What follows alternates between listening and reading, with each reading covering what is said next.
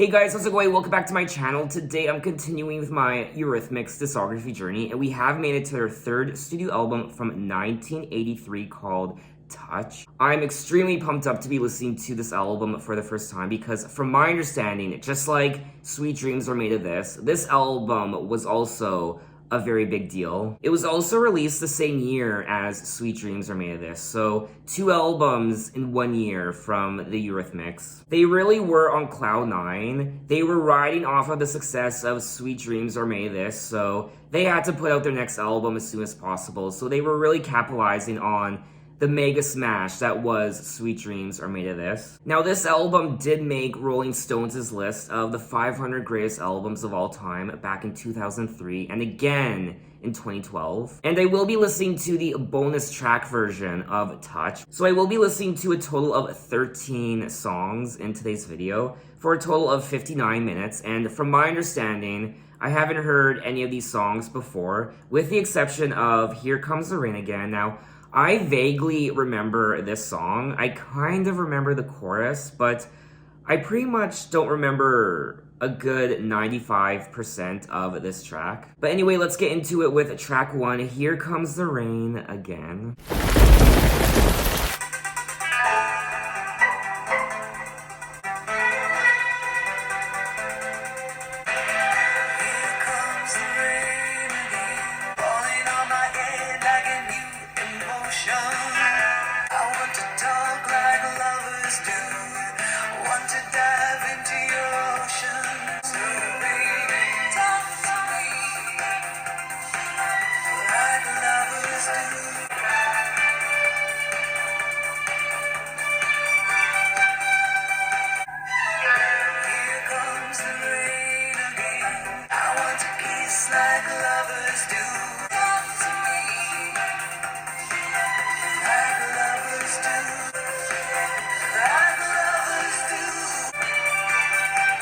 I love that part.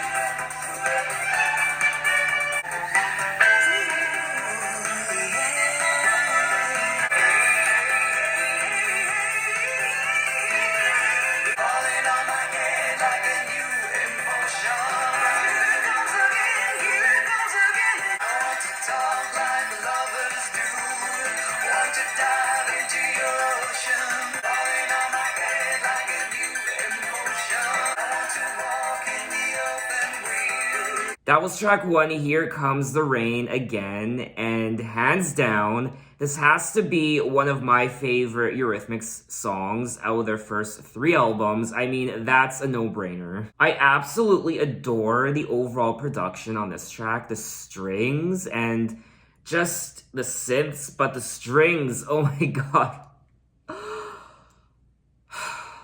Guys, this is only track 1, but you better believe, I mean...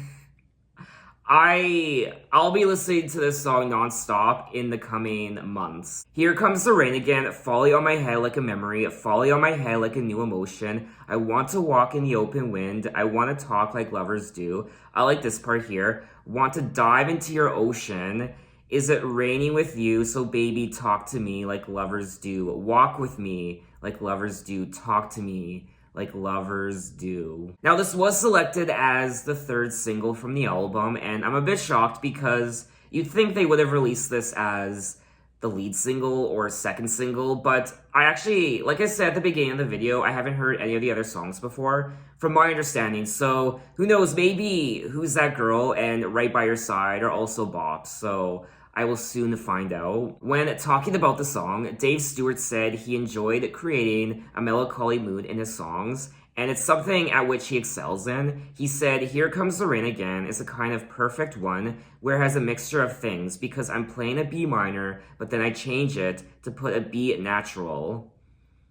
I have no idea what he's talking about. I'm definitely not one of those technical album reviewers. I more so like to talk about how an album or a song makes me feel. I like to talk about the ambience. I like to talk about the lyrics and the stories of the songwriting and the vocals and the production, the instrumental, but I am not technical by any means. Dave Stewart also said that he and Annie wrote the song while staying at the Mayflower Hotel in New York City. It was an overcast day, and Dave was playing melancholy A minor-ish chords. Annie came over, looked out the window at the gray skies and the New York skyline, and spontaneously sang "Here Comes the Rain" again. Now, the string arrangements were by Michael Kamen and were performed by members of the British Philharmonic Orchestra. I mean, this track is pure ecstasy, and I would love to hear a remix of this song also. So I guess it goes without saying that this was another big hit for the Eurythmics. And again, just like so many of their other songs, if this song was released today in 2022, it would be a huge hit. It would stay number one on the charts for a bazillion weeks. Anyway, let's move on to track 2, Regrets.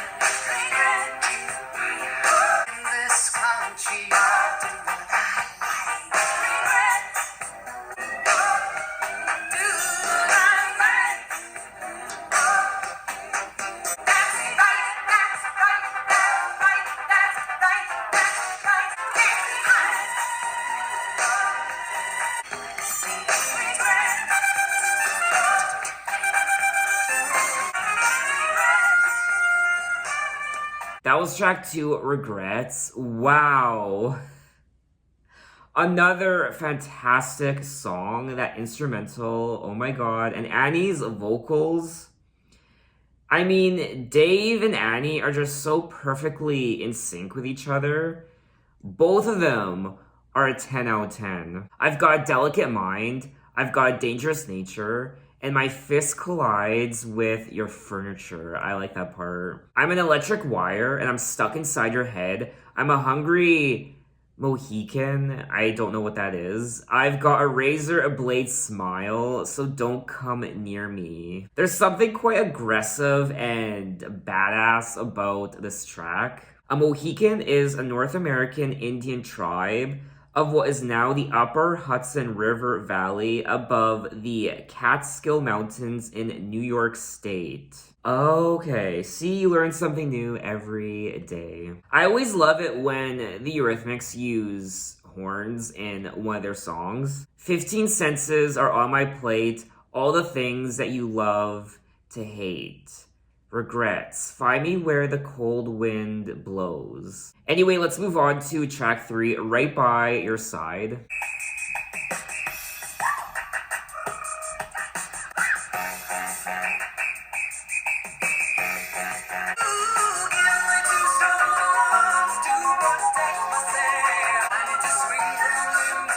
Oh my.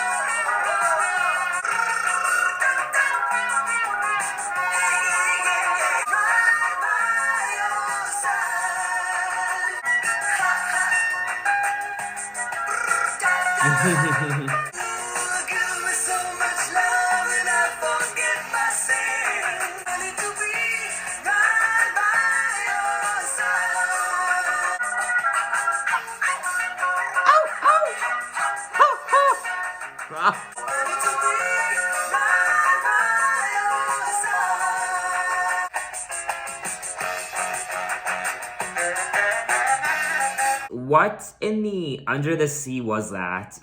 I was not expecting that at all. But you know what? I had fun. Totally out of the blue.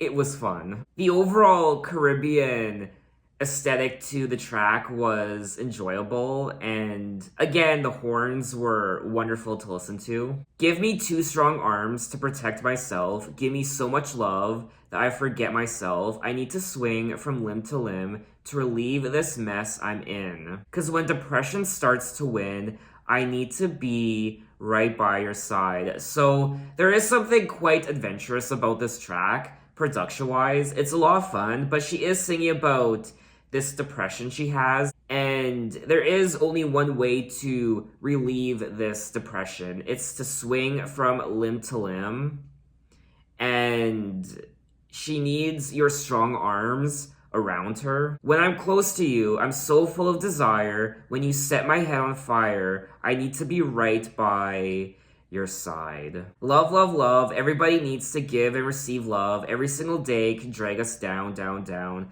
but there's nothing left to fear. When love gets into town, I'm so full of desire. So it looks like she's quite sad and depressed when this person isn't around her or when they're out of town, but when they get into town, she can't wait for them to put their arms around her, and she's filled with desire, and yeah, she's horny. Right by Your Side was a departure from previous Eurythmics songs, and it is an up-tempo love song which features a calypso music instrumental backdrop. I don't know what calypso is, and it's an Afro-Caribbean music genre that originated in Trinidad during the early to mid 19th century. Now, this isn't one of my favorite Eurythmics songs of all time. I would listen to it again because it was quite enjoyable. It reminds me of summer, it really does. So it really does lighten the mood and it puts a smile on your face, but it's not really a song I would listen to all the time. So let's move on to track 4, Cool Blue. I need a drink first. I'm drinking this chocolate toffee protein powder. It's essentially like dessert. And here's the proof. Chocolate toffee.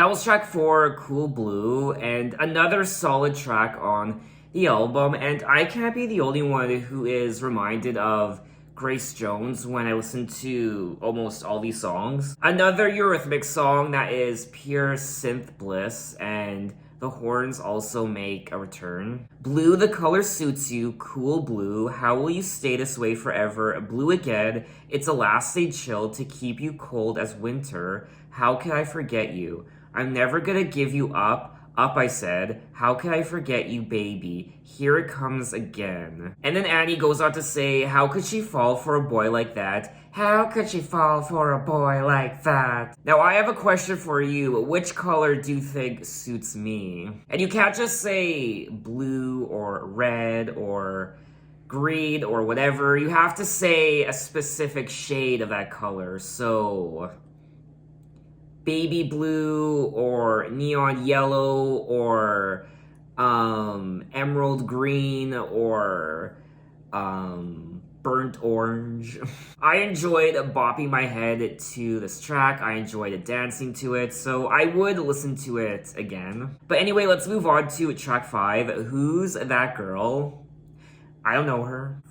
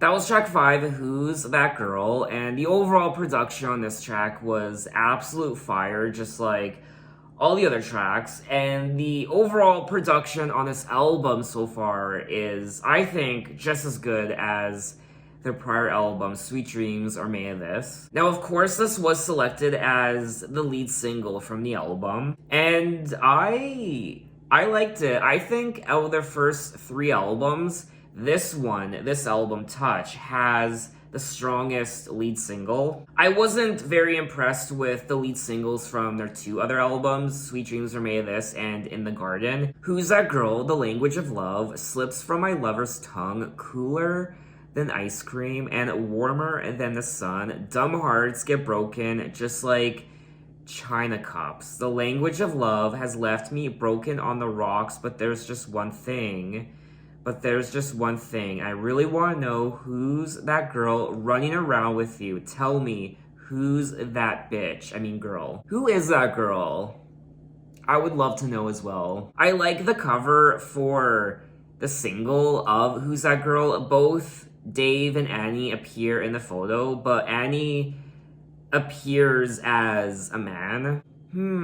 Well, I'm curious to know where Lady Gaga got her inspiration for her song You and I when it comes to the visual, because she also appears as a man smoking a cigarette, and they look almost identical, Annie's and Lady Gaga's. I am excited to watch the Eurythmics music videos because I haven't seen a single Eurythmics music video ever in my life, so I can't wait to sit down and watch some of them, which I will do sometime this year. I don't know when, but hopefully sooner rather than later. Anyway, let's move on to track 6, The First Cut.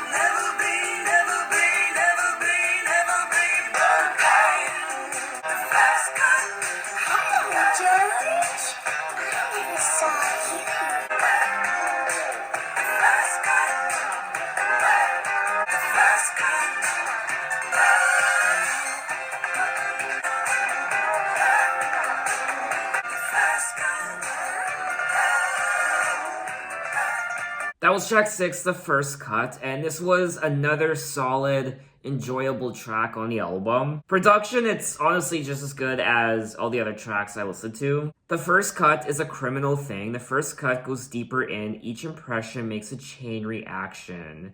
Each impression will never be, never be, never be, never be broken. I'm a white girl. You can see my skin. Look at this picture that I'm living in. And old scores never settle down. I'll keep on walking till I'm buried in the cold ground. And then there's this creepy part halfway through where we hear the first cut. Hello, George. I never saw you coming in. Now, initially, when I first started listening to the song, I thought perhaps she was singing about, obviously, the first cut, cutting yourself.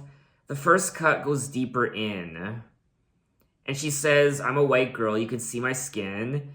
And I'll keep on walking till I'm buried in the cold ground. So she could be singing about the first cut, literally, or it's some sort of allegory for this relationship. But either way, I think this is one of the more darker songs on the album. And of course, just like all the other tracks, I enjoyed the synthesizers. On this track in particular, at times it sounded like the synthesizers were shrieking. Anyway, let's move on to track 7, Aqua.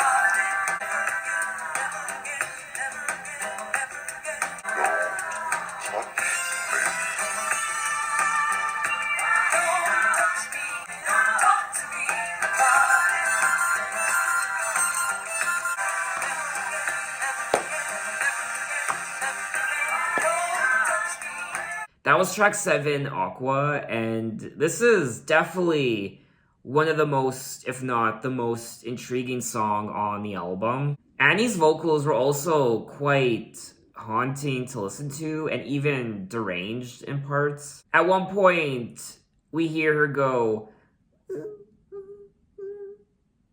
was like a whimpering, and then we hear her go, ba ba ba, ba ba ba. Don't touch me, don't talk to me about it, don't touch me, don't talk to me ever again. I don't feel anything. All sensation is close to me. I saw you put the needle in. I can still see everything. Don't touch me. Don't talk to me about it. Take me to a quiet place. Throw me in the water. Watch the bubbles surface as I'm slowly sinking under. Wow.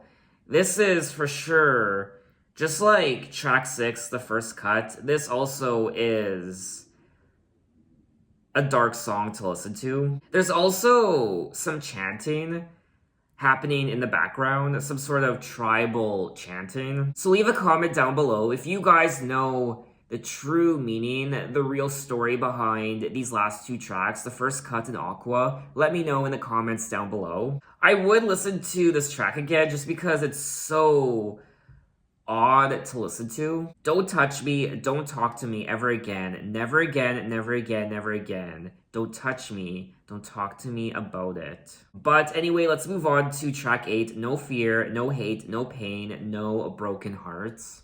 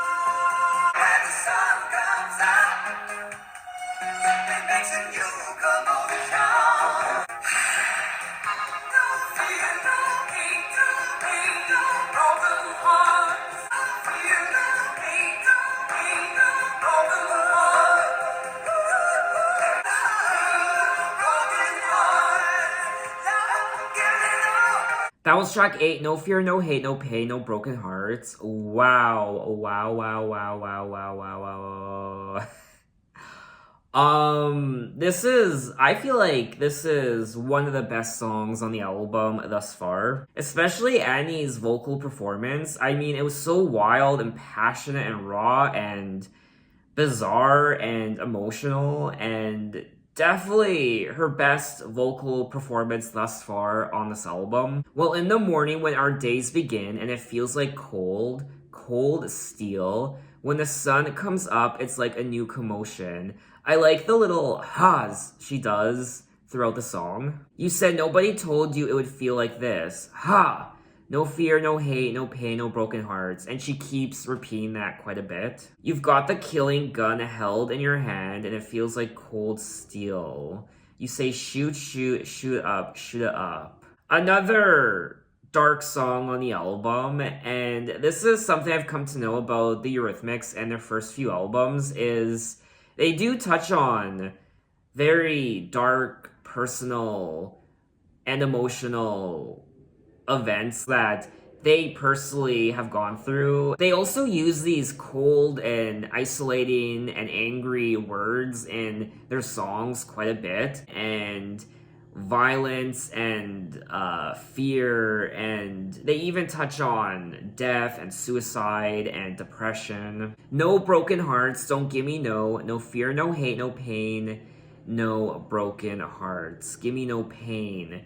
Don't Give Me No Pain. I personally thought this was one of the more stirring songs on the album, and I would definitely listen to it again. So let's move on to track 9, Paint a Rumor.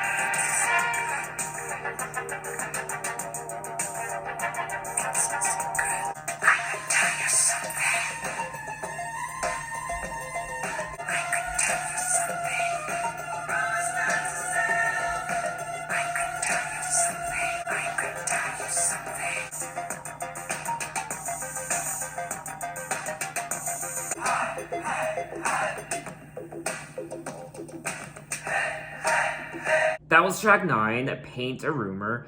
I could tell you something. This track was quite long. It was over 7 minutes. And I liked listening to it. It's not one of my favorite tracks on the album. But of course, I did like the overall production and Annie's vocals. But I didn't find it as memorable as some of the other tracks I listened to. Paint a Rumor, What's It Gonna Spread, Paint a Rumor, See the Place Go Red, I Could Tell You Something, Promise Not to Tell, I Could Tell You Something, Promise Not to Tell, It's a Secret. I Have Heard a Whisper, What Did It Say? I Heard a Whisper, Make It Go Away. Don't Believe a word of it. Promise not to tell, don't repeat a word of it. Promise not to sell, it's a secret. I definitely don't think this song warranted being as long as it was. I would maybe listen to this track again, but I wouldn't listen to as much as a lot of the other tracks I've listened to on this album. So we've made it to the bonus track version of Touch, and we'll move on to track 10. You take some lentils and you take some rice. Let's get into it.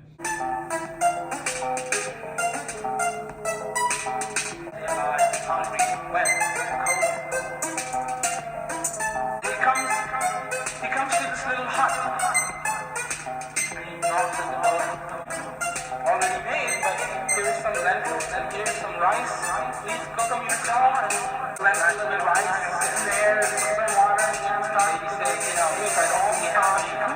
Add some lentils, smoking, and rice. It's just very, very agonizing. Wet and smoking, and it's just very, very agonizing. A plate that he has made out of the leaves.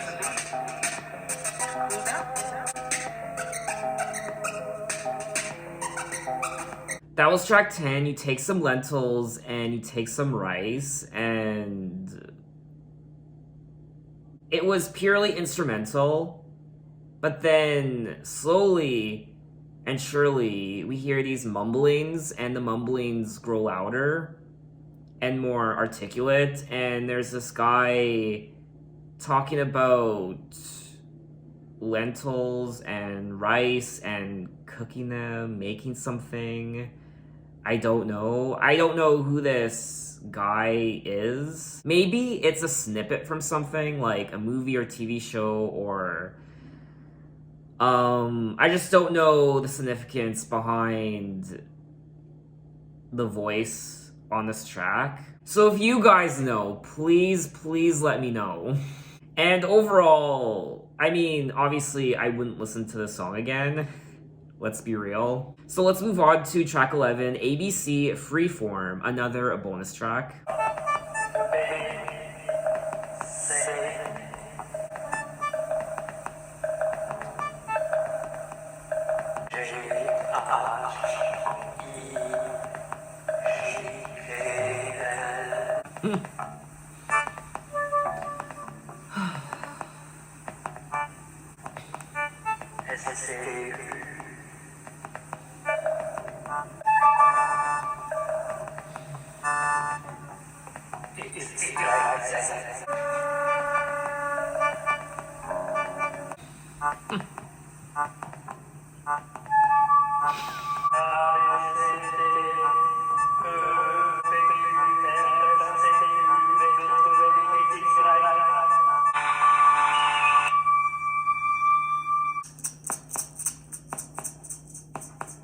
That was track 11, ABC Freeform, and the biggest waste of time in my entire life. I have absolutely nothing to say about this track. It's someone reciting the alphabet. Why do I care? I do not care. This was so pointless. I imagine it was maybe Dave reciting the alphabet. I don't know. I don't care. Let's move on to the next track, track 12, Plus Something Else. That is something else.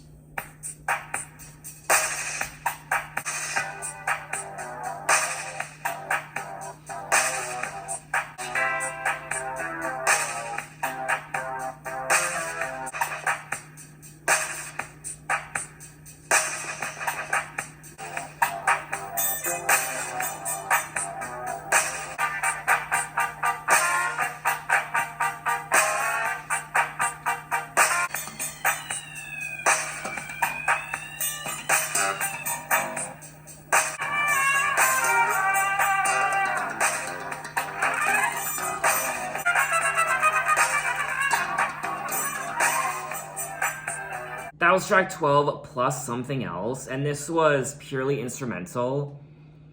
And, I mean, yeah, it was nice. I like the horns, obviously. I don't have a lot to say about it. It kind of sounds like a track you'd have playing in the background if you were having an 80s themed orgy. But anyway, we have made it to the fourth bonus track, track 16, Fame.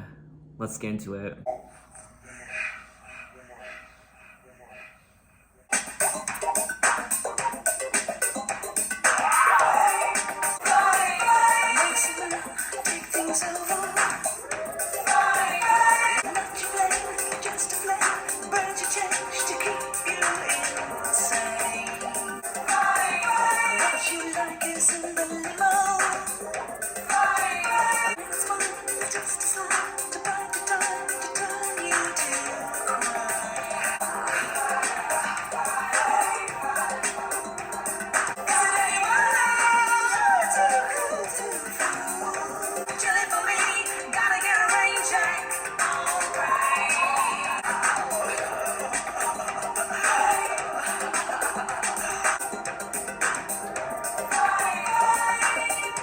That was track 16, Fame, and David Bowie did it better. Oh. John Lennon was a co-writer on David Bowie's song Fame. Did I know that? I didn't know that. I didn't particularly care for this track, the Eurythmics Fame. I mean, towards the end, Annie's just being hysterical and laughing her face off.